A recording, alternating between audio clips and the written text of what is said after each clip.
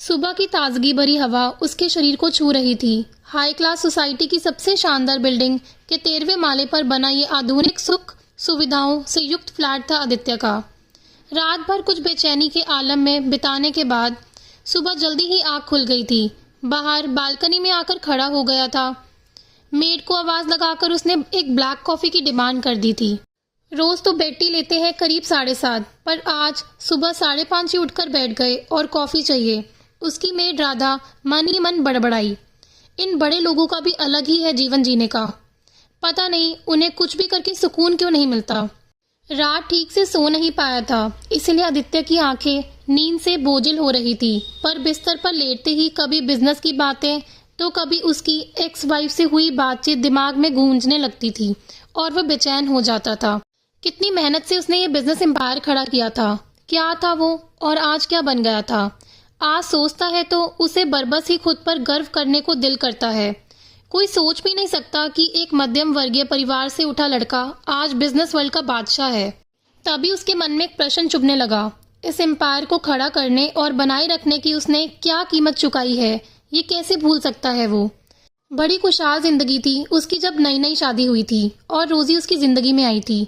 वो हरदम खुश रहता, रोज दिन भर काम करता और रात को रोजी के लिए एक डोने में मिठाई और दूसरे में बेला गुलाब का गजरा लाता, वो अपनी प्यारी पत्नी के लिए।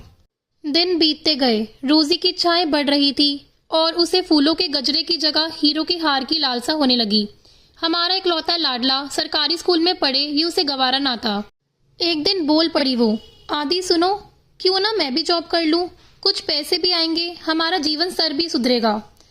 क्या कमी है डार्लिंग हमारे जीवन में, अच्छे भले तो हैं, चैन से कट रही है। निश्चित सा आदित्य कहता, पर रोजी को कुछ ना अच्छा लगता।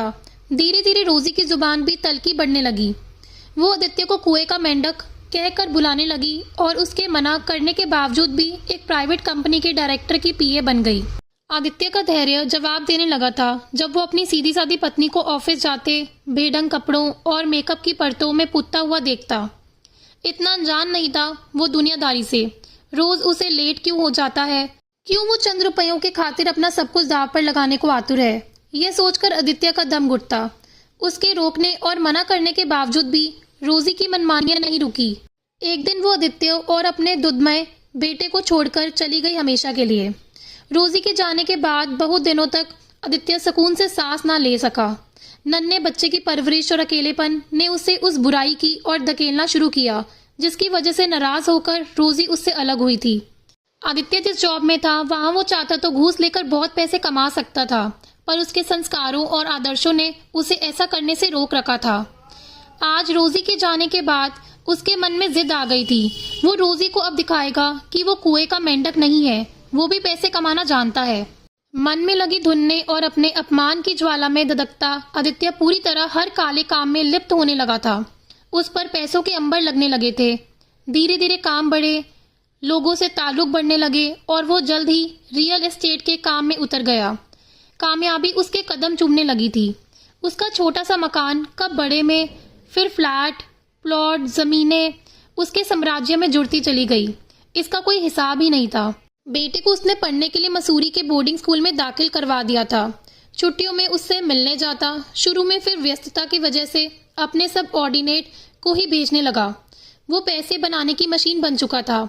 लग्जरी गाड़ियों की कतार थी उसके सुंदर आलीशान फ्लैट में। कई जगह फार्म हाउस थे उसके, जहाँ वो सर्दी गर्मी में दिन व्यतीत करता। नौकरों की फौज हाथ बंधे खड़ी रहती रात दिन। क्या नहीं था आदित्य के पास आज। समाज में शोहरत, जेब में अकुत संपत्ति, नाम, पद, रुतबा, लेकिन नहीं था वो दिल का सुकून। सब कुछ होते भी वो अकेला था। ऐसा नहीं था कि रोजी को पुकारता वो तो दौड़ी ना चली आती। जरूर आती, पर उसे दिल नहीं था रोजी को पुकारने का। दिल तोड़कर गई थी वो उसका, और आदित्य का स्वाभिमान आहत था इस बात से। मेड कॉफी ले आई। आदित्य विचारों के भंवर से बाहर निकल गया।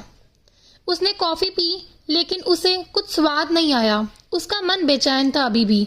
कमरे में गया, अपने टैब पर मनपसंद गजल सुनने लगा, शायद कुछ सुकून मिले, लेकिन नहीं। आज दिल का करार छीन ही गया था उसका।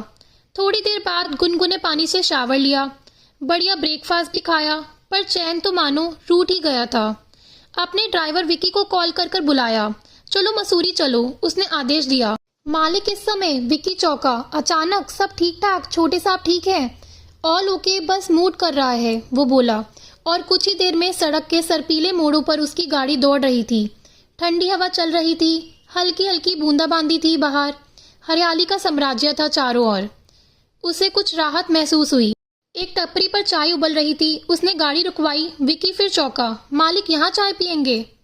बड़े बड़े होटलों बरिस्ता में चाय कॉफी पीने वालों को यहाँ क्या मजा आएगा, पर बॉस का आदेश था, रुकना ही था। फिर चाय की मस्त महक से वातावरण भरा हुआ था। अदरक, इलायची और लौंग की सुगंध से आदित्य को अपने पुराने दिन याद आने लगे। टपरी वाले ने एक एफएम पर गाना लगा रखा था, ओ मेरे दिल के चैन, चैन आए मेरे दिल को दुआ कीजिए।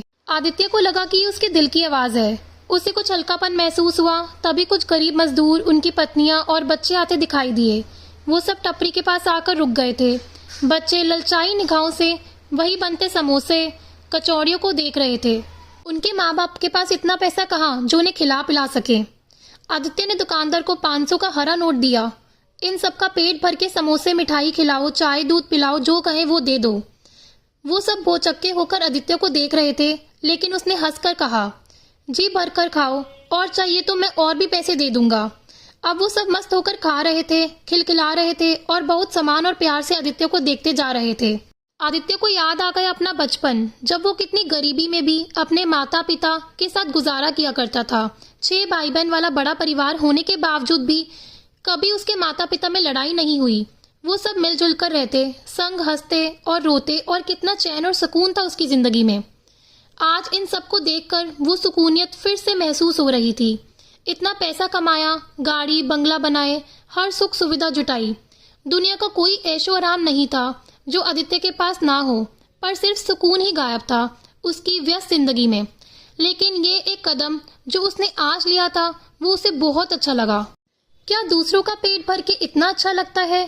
क्या कभी कभी उन लोगों को खिलाकर जो रोज भरपेट नहीं खाते, इतना सुकून मिलता है? आज तक इस अनुभूति से बिल्कुल अपरिचित था आदित्य, लेकिन आज उसे इतना हल्कापन लग रहा था कि उसका दिल खुश हो गया। उसे आश्चर्य हो रहा था कि अभी तक मैंने सुबह शाम सिर्फ काम किया, ना दिन को चैन, ना रात में आराम आया कभी, लेकिन आज ऐसी फीलिंग कभी नहीं हुई। तो क्यों ना आज से यही एक नया कदम उठाऊं अपनी जिंदगी में। ड्राइवर को आवाज लगाई उसने, चलो आगे चलते हैं, अब बहुत अच्छा लग रहा है। ड्राइवर उसे आश्चर्य से देख रहा था। कुछ देर पहले इतना चिड़चिड़ा रहे थे, अब कौन सा खजाना हाथ लग गया इनके। आदित्य गुनगुना रहा था, मुसाफिर हूँ यारो, ना घर है ना ठिकाना, मुझे बस चलते जाना, बस चलते जाना। विकी उसे देखकर मुस्कुरा रहा था। अभी तो चिंटू बाबू से मिले भी नहीं, अभी इतने खुश हो गए। पता नहीं इन बड़े लोगों के मूड का भी। पल में तोला, पल में माशा। गाड़ी फिर से घुमावदार रास्तों पर तेजी से फिसल रही थी और आदित्य के चेहरे पर सुकून देखते ही बनता था। आज उसने जीने की एक नई कला जो सीख ली थी। दोस्तों, अगर आपको आज की कहानी पसंद आई हो तो प्लीज लाइक करना और चैनल को सब्सक्राइब करना। धन्यवाद।